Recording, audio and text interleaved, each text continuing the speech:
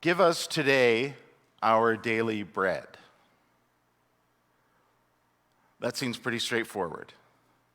It does, I have to say, let me just get this out of the way first. It does always strike me when we say those words that we sound very much like the plant in Little Shop of Horrors. Feed me! Could we not say please? Is there some reason why we can't say please?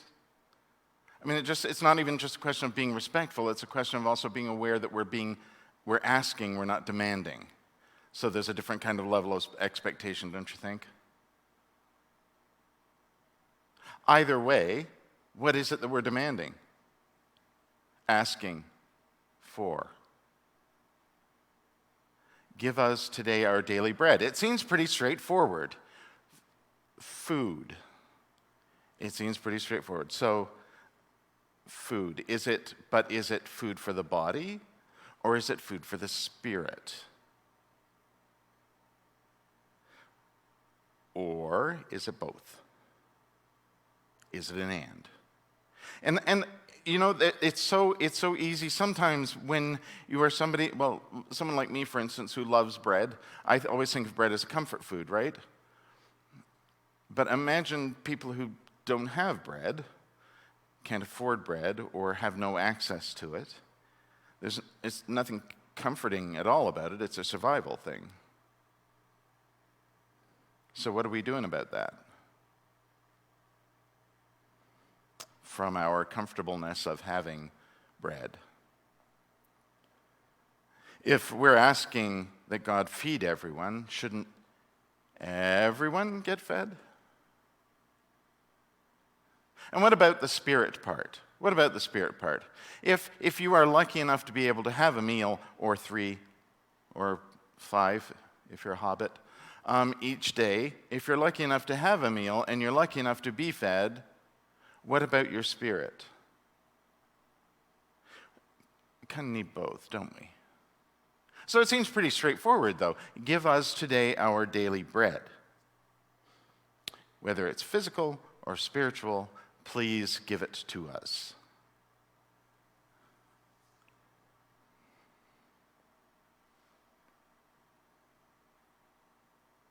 I'm waiting patiently for it to happen.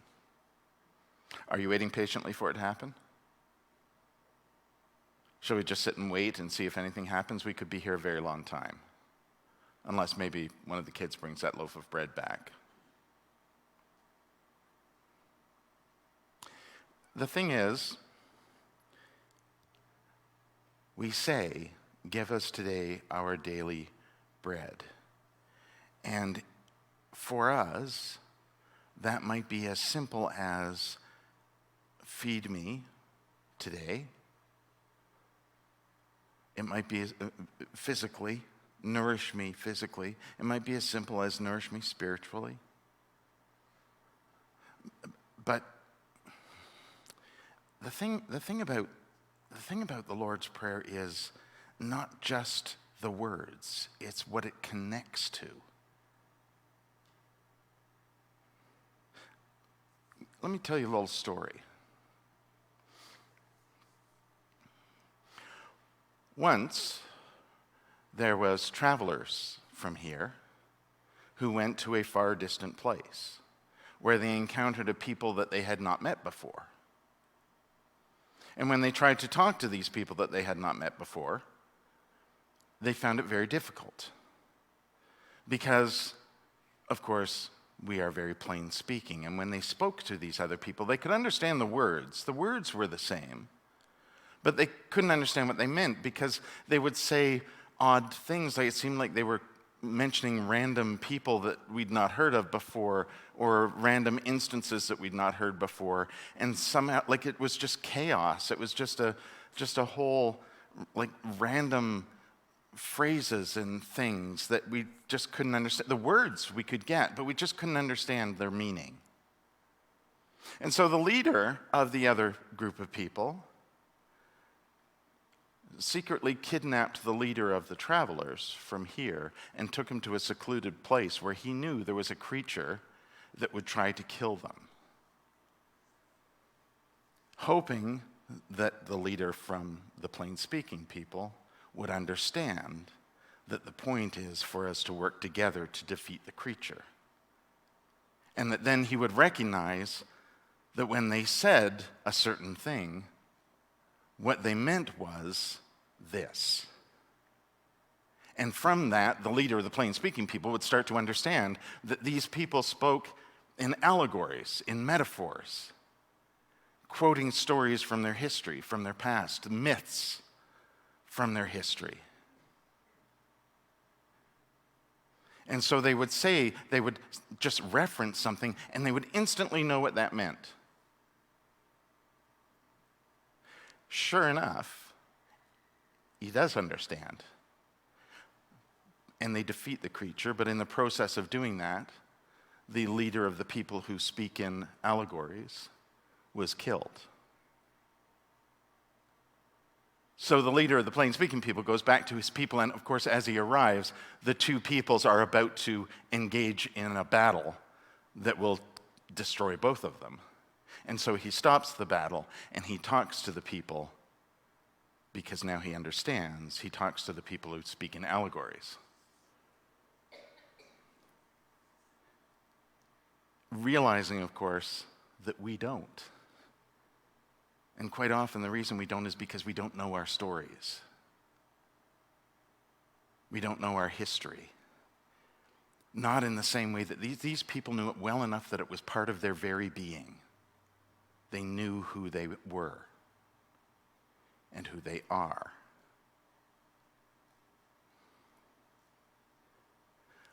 I think that's a really cool story. I think it's a really cool story because it reminds us, first of all, that we don't always communicate well with other people if we don't know their story. It also reminds me that we don't always know our story. Do you think that's a really cool story? Because let me just explode that for you. It's the plot from an episode of Star Trek: The Next Generation. Darmok is the name of the episode. No one. See? But now what do you think of that story? Has it changed your perception of that story now that you know where it comes from? The thing is, it still stands. It doesn't matter where it comes from, it still stands. We don't know our story well enough, our histories well enough, our myths well enough to be able to recognize what someone means when they say one.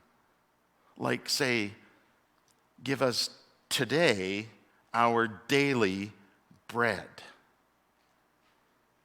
For the people hearing that for the first time, that would instantly spark in them a connection to that story from Exodus. Not just because God fed them bread, but that God fed them daily what they needed.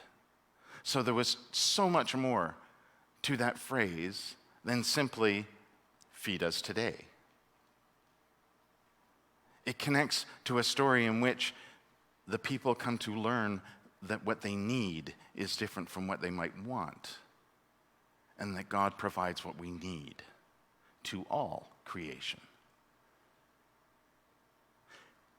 Daily. It might also connect them to other stories from Hebrew Scripture, where bread or someone being fed, like Elijah, for instance, someone being fed becomes part of the story of their relationship with God. It might, if it's somebody who's been following Jesus around, might also connect them to other things that Jesus might be saying, like, remember that story about Jesus saying, don't worry about today because see how God takes care of the birds of the air and the lilies of the field and the grass and all that kind of stuff? See how God takes care of them? Imagine how God would be taking care of you then. But wait, it doesn't mean you just get to sit and wait patiently till God provides for you. You have a part to play. The birds of the air are doing what? Well, they're being birds. They're doing what they do. Plants grow. That's what they do. What do?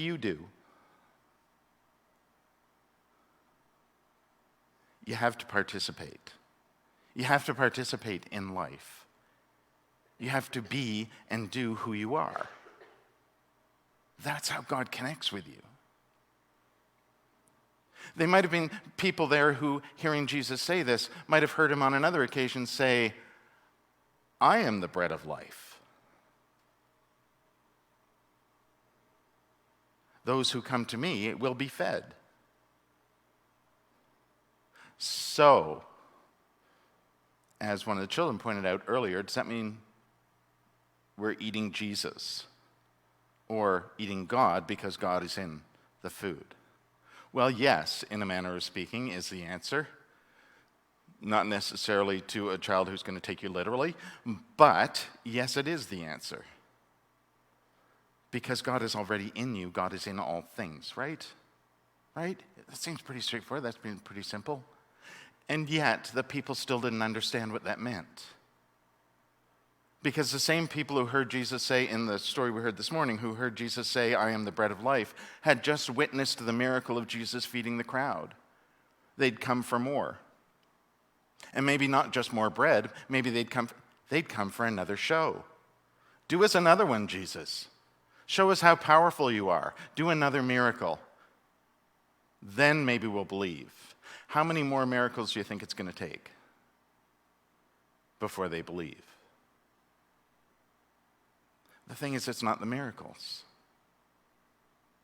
Being the bread of life isn't about being able to put on a good show. Being the bread of life is how Jesus lives. To be fed by the bread of life means to live as Jesus shows us to live. And if you live as Jesus shows us to live, then you share the bread. You go and find the bread, and you share the bread. Because everyone should have what they need each day, just like the people in the Exodus story. There's all sorts of ways, by the way, there's of course all sorts of theories and ways of explaining away the Exodus story, right down to its dew, right? From a particular tree. You've probably heard this story before, this theory that, in fact, they're referencing this manna, which, by the way, the word manna is literally the meaning of the phrase, what is it? That's what the word means. And scientists have speculated that actually what they're talking about is this dew from a particular tree that comes, it appears in the morning, and as it dries out, it becomes flaky, but then it melts and disappears. And that's what they ate. Great scientific explanation. But still, you had to go and do something. You had to go and collect it. You had to then provide enough for those around you. That was the learning. Daily, you had to provide not just for you, but for those around you. That's daily bread. Seeing Jesus at work in the world, seeing Jesus sharing with people, healing people, teaching people, Jesus' life is daily bread. To live like Jesus, we are fed.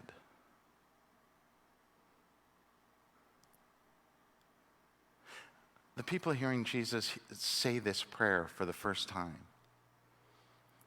I think, and I don't think for a moment that our daily bread is the only moment. I think they'd hear these words, and it wasn't just a question of, those are great words, Jesus. We'll keep repeating those for the next few thousand years. It connected with something because they knew their story. It connected with who they are, and it helped them connect with the bigger story of Jesus, which isn't just about handing a loaf of bread to children. It's about how we live, because that feeds both our spirit and our body. Nope. And our mind, too. If you are not feeding your mind, body, and spirit every day, where is your life? Where is your living? This is Jesus every day. Every moment of the story of Jesus that we tell, that we share. And Jesus is constantly, by the way, you cannot stop there, because Jesus is constantly referencing things from Hebrew Scripture, from the story of the Hebrew people, which is also part of our tradition. Hang on, you can't stop there yet, because you also need to know our story now. In that episode from Star Trek that I was just talking about, for all of you who aren't fans, and didn't instantly recognize the plot, at the very end of it, what causes the leader of the other people to take Captain Picard to the planet to fight this monster is, it's gone out of my head now. Darmok and Jalard at Tanagra, these two characters who met at a particular place in order to fight, ended up fighting this monster, and they became friends from it. That's why he takes them to the planet. And so as the episode ends and the other people are leaving, they have a new phrase, because their leader was named Dathan, and the Enterprise captain is Picard, and the place they were was Eladril. They decided they had a new phrase in their language. It was Picard and Dathan at Eladril. Imagine if we started talking like that. We'd all go crazy. I know that's what you're thinking. But imagine if we knew our stories so well that I could say something to you and you would instantly know what part of our story I was referencing. Because that's what Jesus is doing here. He's not just giving you words and telling you stuff, all of which is really good.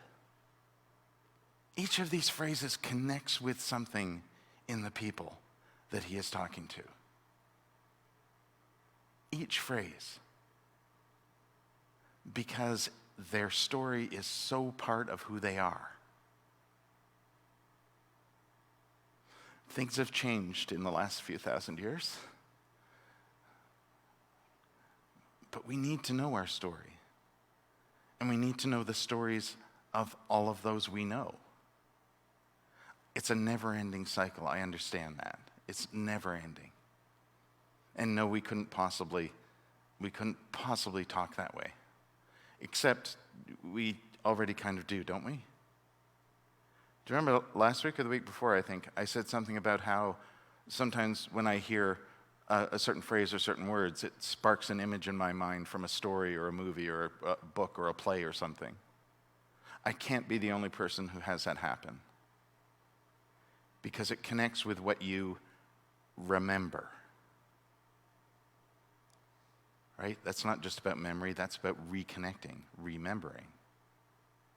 And here's Jesus talking to people about that. Your daily bread isn't just the food on your plate. It's also who you are. It's nourishment for your spirit. It's nourishment for your soul. It's nourishment for your body. That's the thing about Jesus. He's holistic. W-H-O-L-E. It's the whole thing. It's not enough to say, oh, those words feed my soul, if your soul does not then go and live in the real world. Nor is it enough to simply work and work and work in the real world and not nourish your spirit. Your mind is the thing that connects to all of those things. You need all of those pieces. Our daily bread feeds our whole being.